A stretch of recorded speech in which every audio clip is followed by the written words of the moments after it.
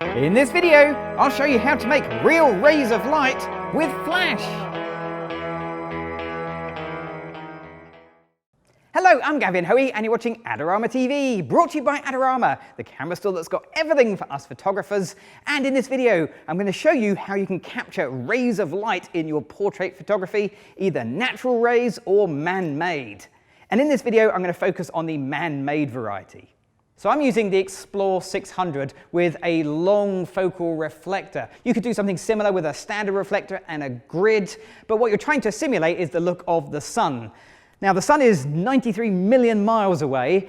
Now sadly I can't get my flash more than a few meters away, so there will be a bit more divergence in my ray of light compared to the sun. But the further back you get it, the better it looks. Now the first thing you need for rays of light is of course light. But the next most important thing is something for the light to bounce off. So you can't just see rays of light in an environment like this, you need to add some atmosphere. It could be something natural like mist, or it could be something that you've added to the scene. For example, this smoke grenade would work really well. However, today we're at the Gatwick Aviation Museum in a building that's about to be demolished, but it still has electricity, so I can use my trusty smoke machine. You can also use powder or dust, but if you are doing this in an urbex environment, don't kick up the dust in the room because you never know what's going to be in that.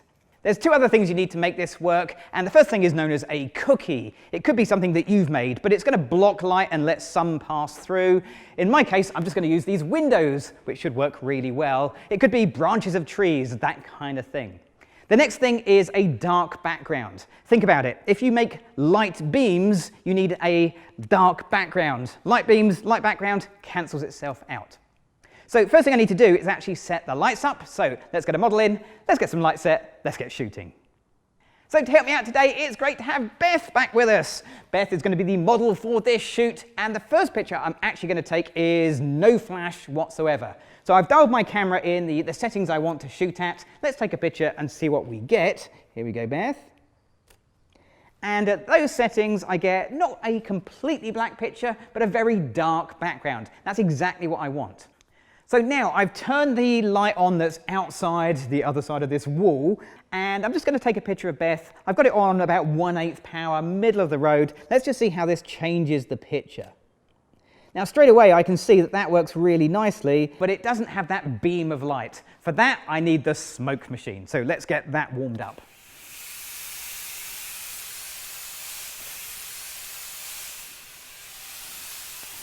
So Sam's added some smoke into the scene.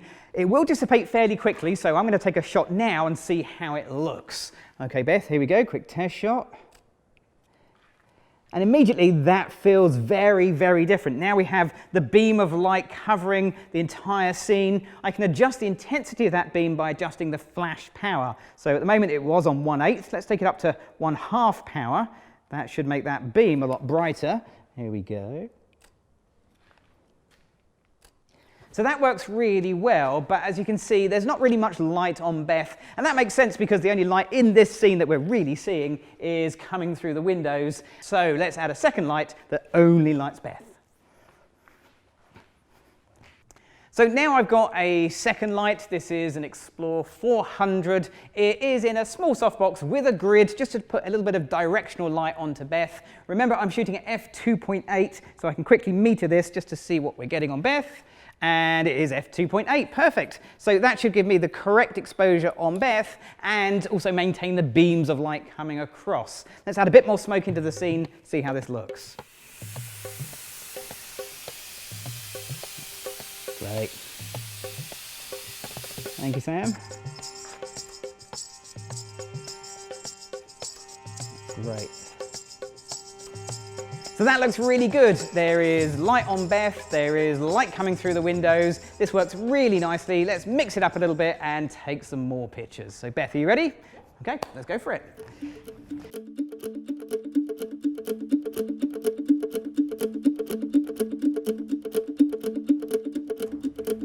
Okay, little baby step that way. Whoop, that's it. I'll try and center you up.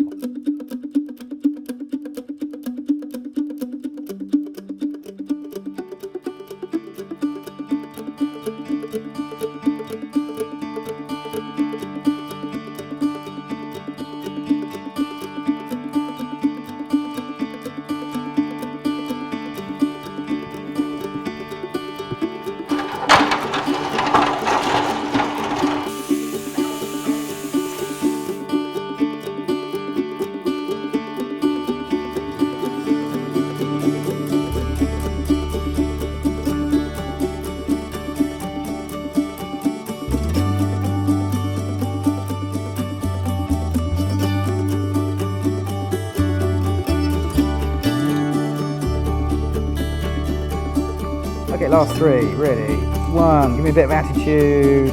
Boom, 2, and really wide shot. 3.